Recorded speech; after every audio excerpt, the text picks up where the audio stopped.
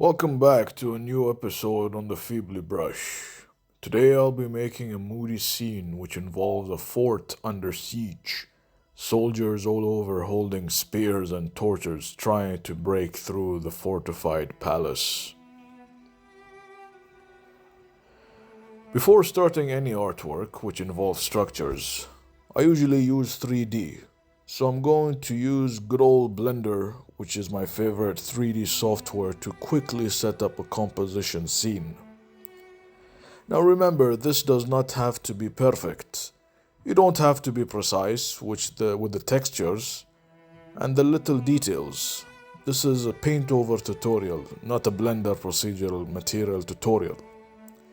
So relax, chill, and just play around with the shapes. As long as the composition reads, then you're good.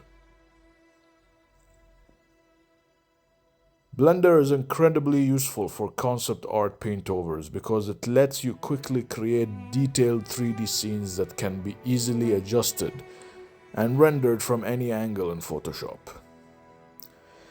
This provides a strong foundation that you can paint over, saving time and improving accuracy. Plus, its textures and lighting tools help you create complex, realistic environments that enhance your artwork. Also, those pillars I placed randomly across the mid-ground have a purpose, which I'll be explaining later on.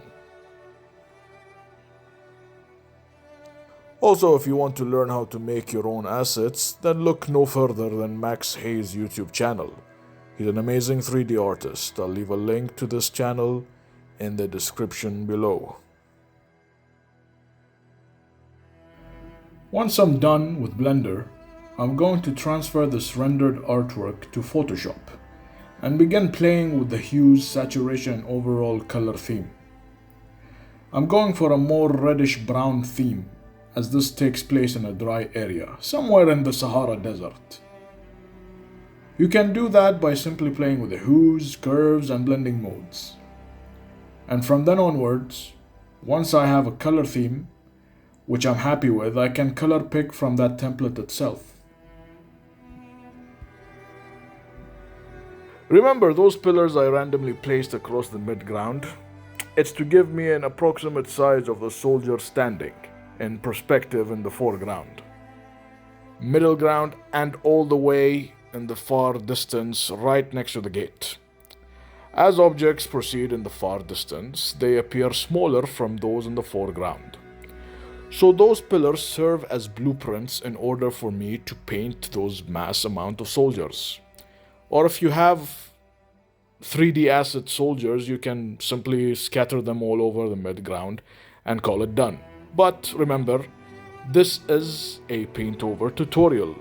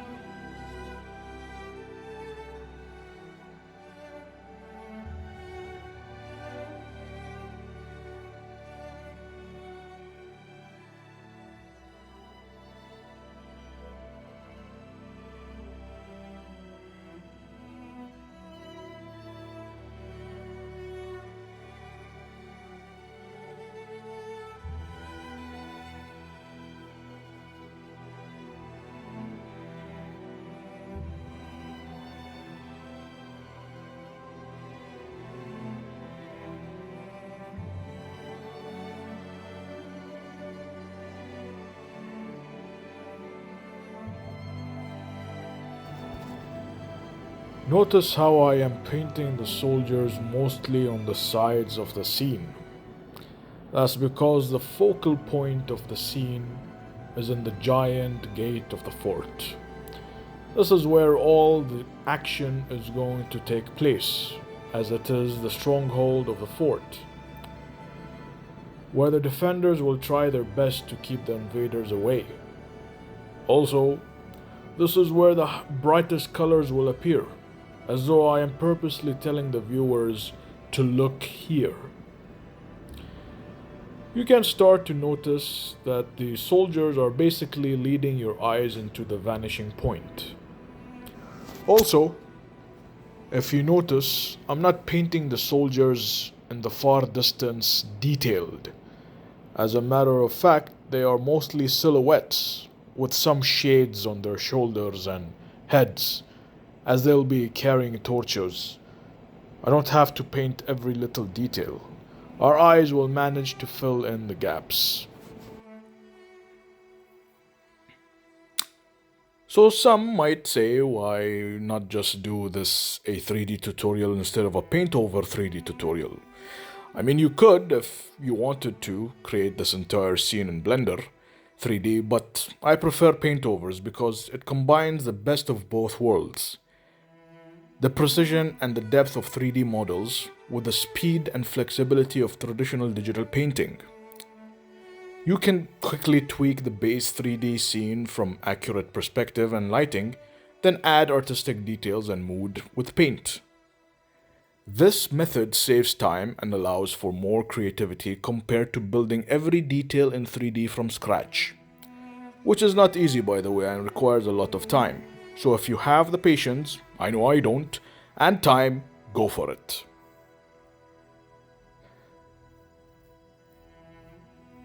So from now on, it's just painting and more painting, so stay tuned.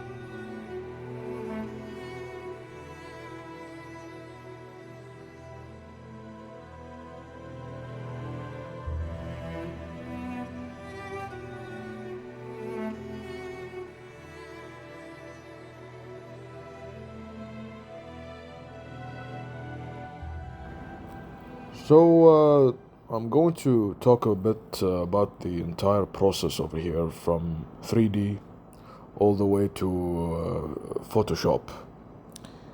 So, when working with 3D, I usually don't use textures.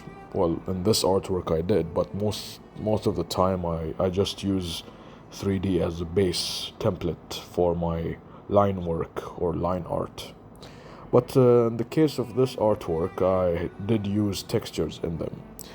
And I did mention this the beginning that do not use very detailed textures. All you need is very simple textures. It doesn't have to be displaced or filled with nodes and material. Just a simple material would do, depending on what material you're working on. For example, in this artwork, you can see that I am working with a fort. The texture is some kind of ancient stone, marble, or stone brick block. And you can find this textures all over the internet. Look at something which you can find for free, which is better, and just slap it on your 3D model. That way you have some colors going on, and you can color pick from that very same texture once you're inside Photoshop. So now that you're done with your 3D basic models, now comes the post 3D, which is Photoshop. This is where all the effects come in, and this is where you start painting. Oh, and almost forgot. Before rendering out your image in 3D in Blender, try to render out some other passes as well, which is the mist, which is the noise pass, and there's something called the clown pass as well. It's just a pass which is filled with colors. You can see in the video, and there's a pass which is like it has different kinds of colors in it. This is easy because once in Photoshop you can color pick or color select those passes, and you can paint within that selection that you have selected. So this makes your painting process even easier. Okay, now we're in Photoshop. What do we do? Well, the first thing I do is color grading. By color grading, I mean that I play with the curves, with the blending modes, the color balance. I try to make it look all cinematic. Parts which are too light, I turn them darker. Parts which are dark, I turn them a bit lighter. I try to add a focal point, make the surroundings darker, and add a focal point to the middle of the artwork.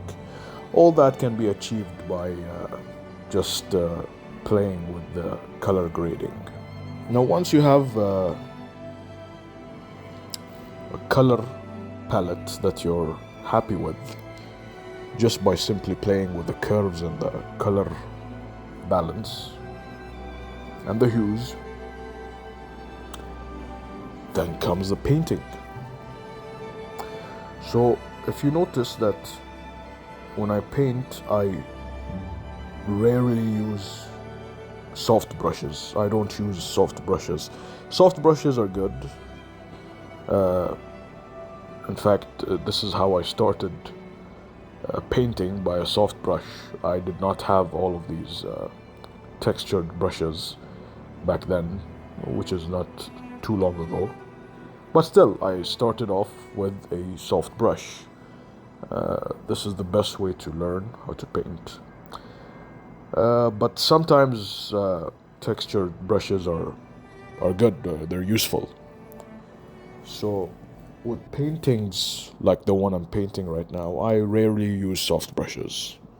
Most of the time I'm always using textured brushes.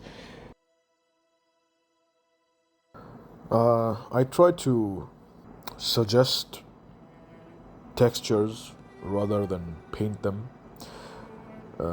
It's easier that way, instead of spending hours painting a rock to make it look like a rock.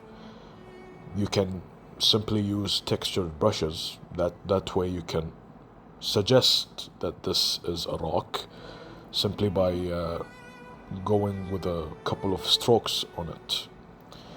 Of course, you're gonna have to paint, know the principles of painting rather than just randomly throwing strokes of paint. And remember that these brushes are simply tools that will help us achieve the final result. Another thing or another tool that I use a lot is the magic wand. I use it a lot, especially when I'm painting on 3D, because the magic wand helps you select areas, and within those areas selected, you can go and throw some strokes of paint in there.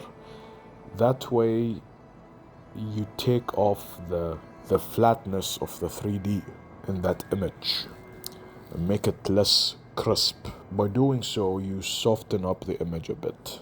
Plus, it makes it look more painterly. Now, this might not always work, but again, you can play around with the percentage of the selection. So once I'm done with the painting and suggesting textures and removing all the 3D elements, then I try to focus on the center of attention. So in this case, our center of attention is the giant gate in the middle. This is the center of attention. This is where I want the viewers to look at. So I'll try to focus on the painting aspect more on this area. And whatever is surrounding it, I'll try my best to simplify it. I don't have to paint everything surrounding this focal point or surrounding the center of attention. Otherwise, the viewer's attention is going to go all over the place, all over this artwork. The center of attention is not going to be there anymore if I paint every single little detail. You can notice that the surrounding is not really painted in detail. So this is what I mean by simplify. Think of it this way. 80% of the details and the paint will go in the center of attention. 20% of the details and painting keep it on the surrounding of that center of attention. That fraction should work. It works with me, so try it.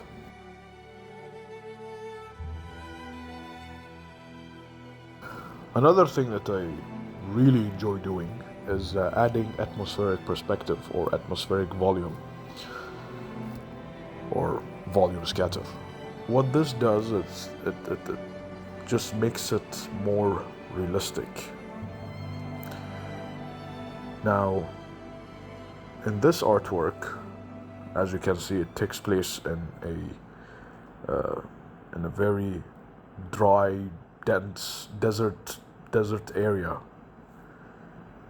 So obviously there's a lot of sand because it's surrounded by sand. So you can see that I painted a lot of sand over there. It adds movement to the paint to the artwork itself. And I use a lot of smudging. So the smudge tool, this is where the smudge tool comes to use. The smudge tool and the motion blur. Areas where you feel it's very flat, you can use the smudge tool over there to soften it a bit. Of course, the atmospheric volume, you can use it almost in any painting.